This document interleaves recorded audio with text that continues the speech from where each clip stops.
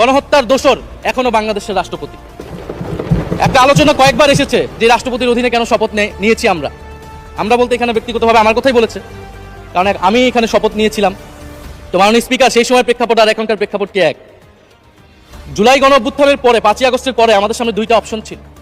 আমরা বলেছিলাম জাতীয় সরকার করতে হবে, সেই জাতীয় সরকারের প্রস্তাব বিএনপি নাকচ করে দিয়েছে। আমাদের সামনে আরেকটা অপশন ছিল ক্ষমতা আর্মির হাতে তুলে দেওয়া। যদি আমরা সেই দিকে আগাতাম আজকে তারা এখানে বসতে পারতেন কিনা মাননীয় স্পিকার সেটা সন্দেহ আছে।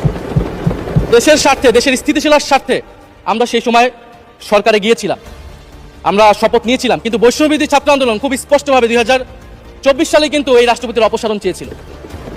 সেই সময় সাংবিধানিক ধারাবাহিকতার কথা বলে রাষ্ট্রপতির পক্ষে অবস্থান নিয়েছিল বিএনপির মহাসচিব মির্জা ফখরুল আলমগীর সাহেব, তিনি নিজেই কথা বলেছিলেন।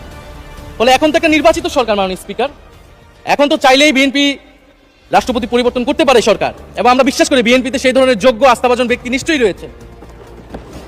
এবং সরকার দলের সদস্য অনেকে গৌরবের সাথে বলেছেন যে যেই রাষ্ট্রপতি জিয়াউর রহমানের বিরোধিতা করেছেন সেই রাষ্ট্রপতি এখন জিয়াউর রহমানের প্রশংসা করছে।